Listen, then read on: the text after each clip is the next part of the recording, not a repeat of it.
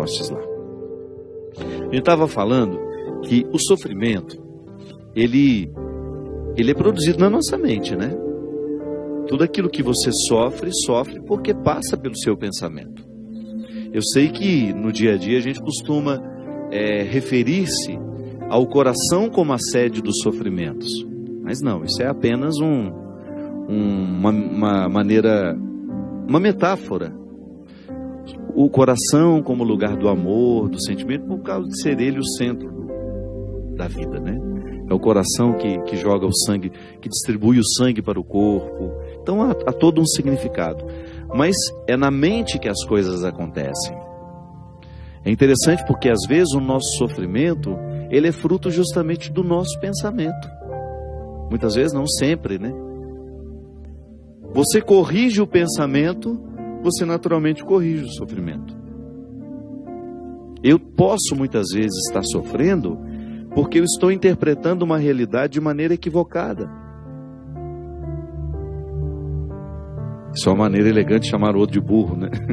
Compreender de maneira equivocada é a gente ser burro. É a gente deixar de lado a inteligência e ser movido por uma bobagem, muitas vezes por um sentimento mesquinho, bobo.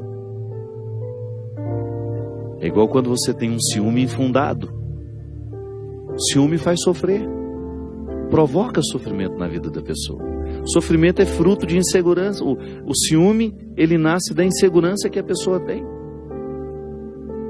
E às vezes a pessoa perde noites de sono porque está sofrendo enciumada.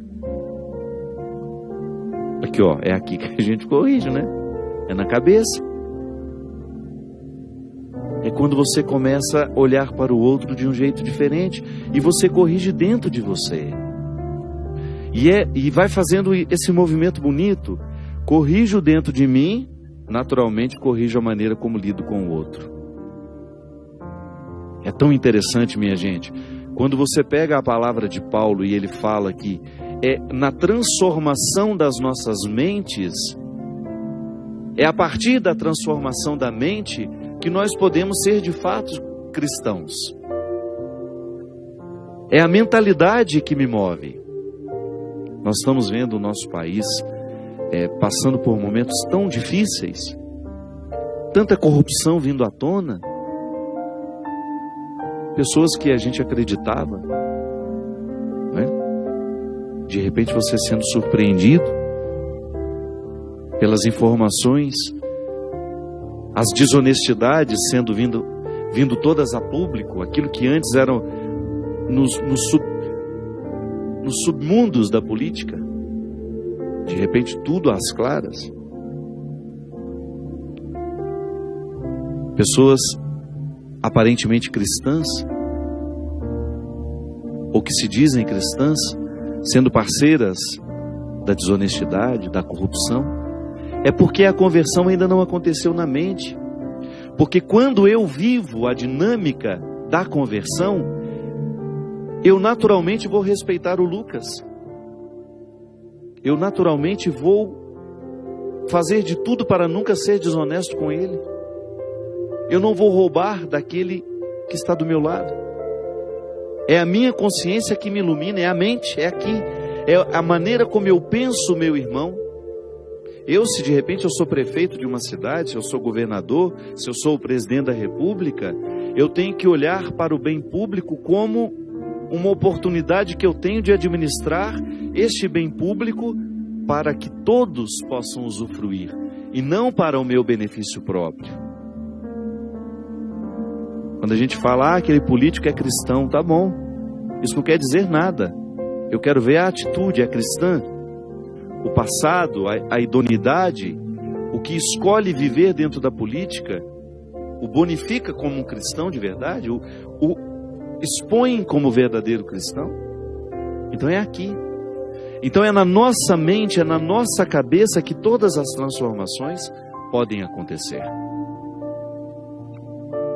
E é preciso estar muito atento para que essa mentalidade também passe pelo crivo do sofrimento.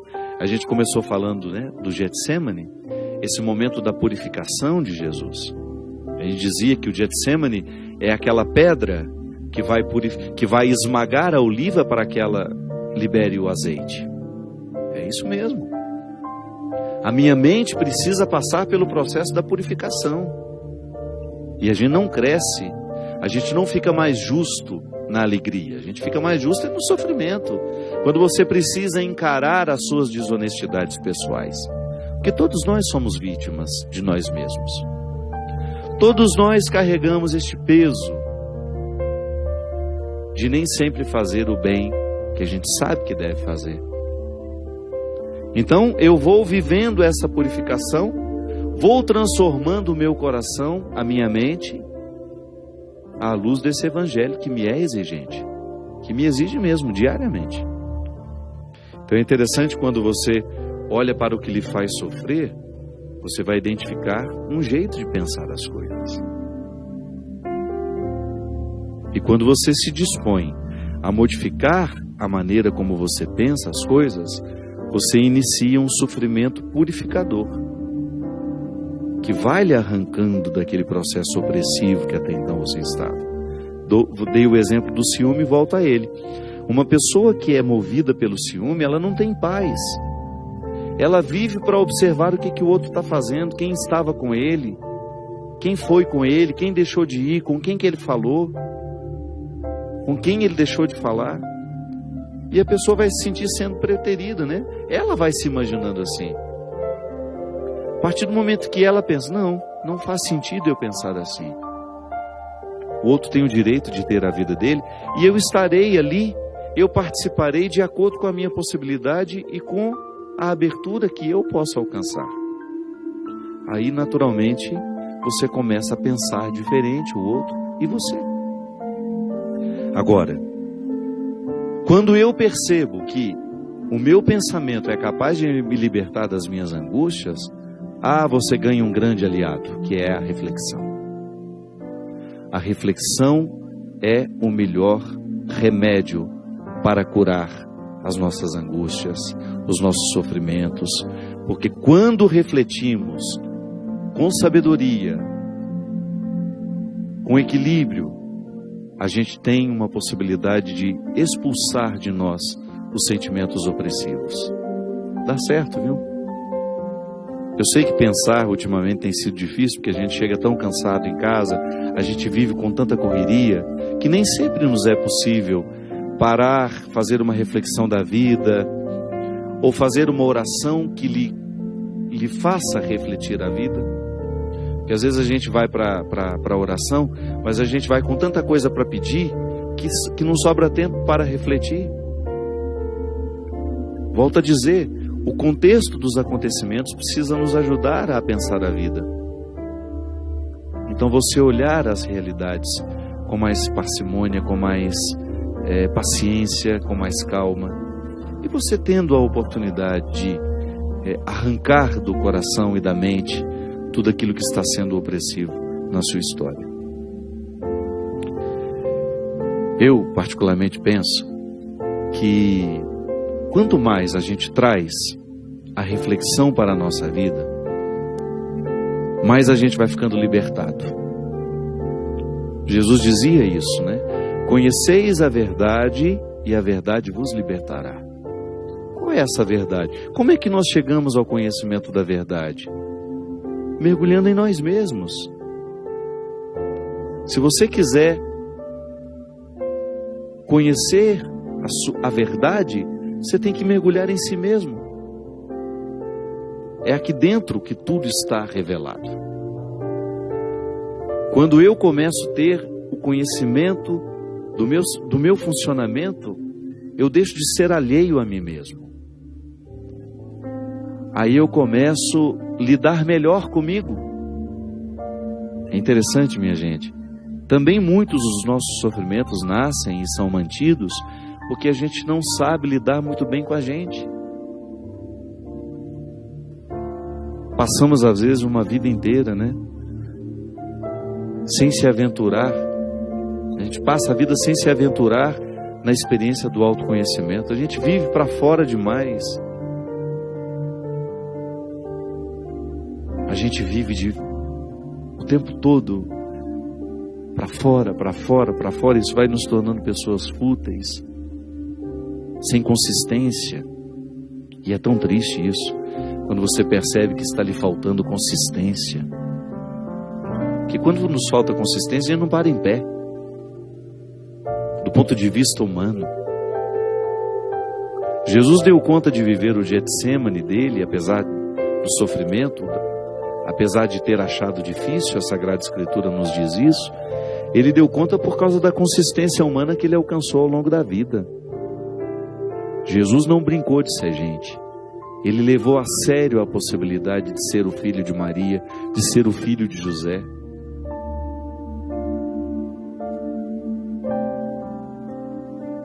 Ele enfrentou a sua humanidade. Lapidou diariamente essa humanidade. Ou você acha que ele não teve as mesmas dificuldades que nós? Claro que teve. Ele também perdeu a paciência. Ele também experimentou a intolerância. Nele, claro. Mas foi ali, lapidando, entrando em consonância com a essência divina que lhe era inerente. Ele precisava administrar nele todas as suas possibilidades humanas para ele levar até o fim essa missão. E para ser capaz de convencer os que estavam ao redor. Porque isso é tão interessante a gente pensar também, né? Que essa coerência pessoal de Jesus é que deu a ele os seguidores que ele teve. Foi prestando atenção nessa humanidade tão atraente que as pessoas começaram a seguir Jesus.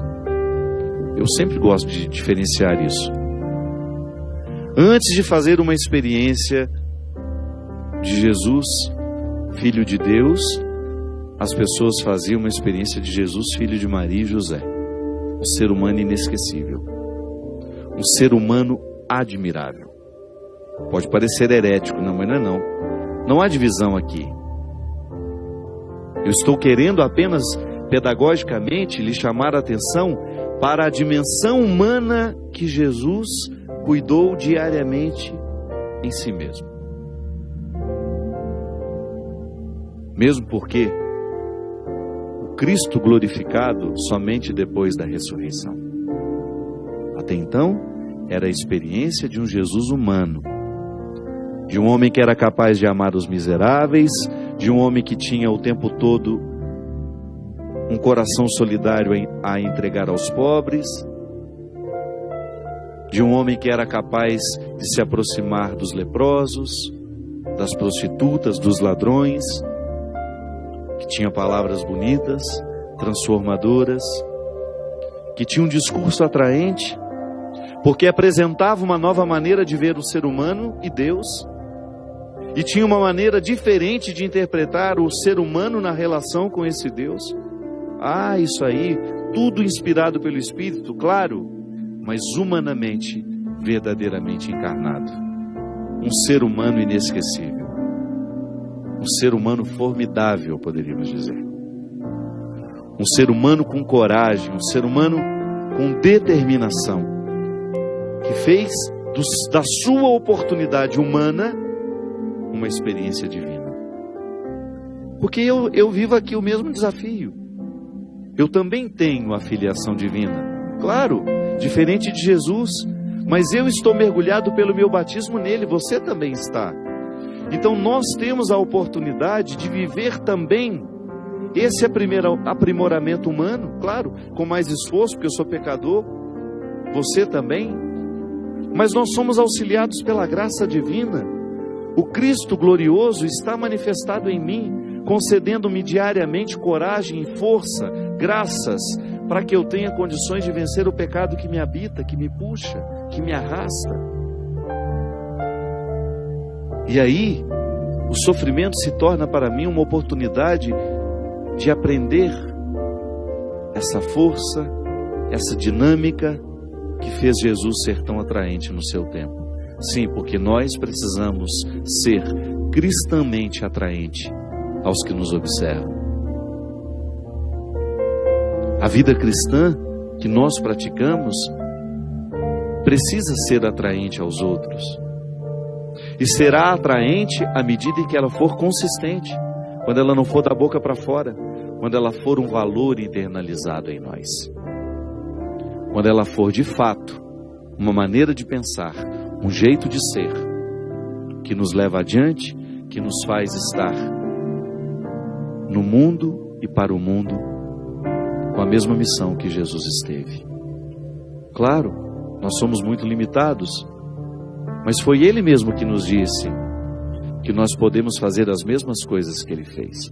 Nós também podemos expulsar o demônio do mundo, nós também podemos expulsar a injustiça do mundo, nós também podemos proclamar a verdade e estabelecê-la como uma regra de vida. Basta a gente ter disposição de sofrer toda vez que for difícil ser assim. Não ter medo do sofrimento que nascerá desta opção cristã. Sim, para eu ser cristão, eu preciso sofrer diariamente os desafios da vida cristã.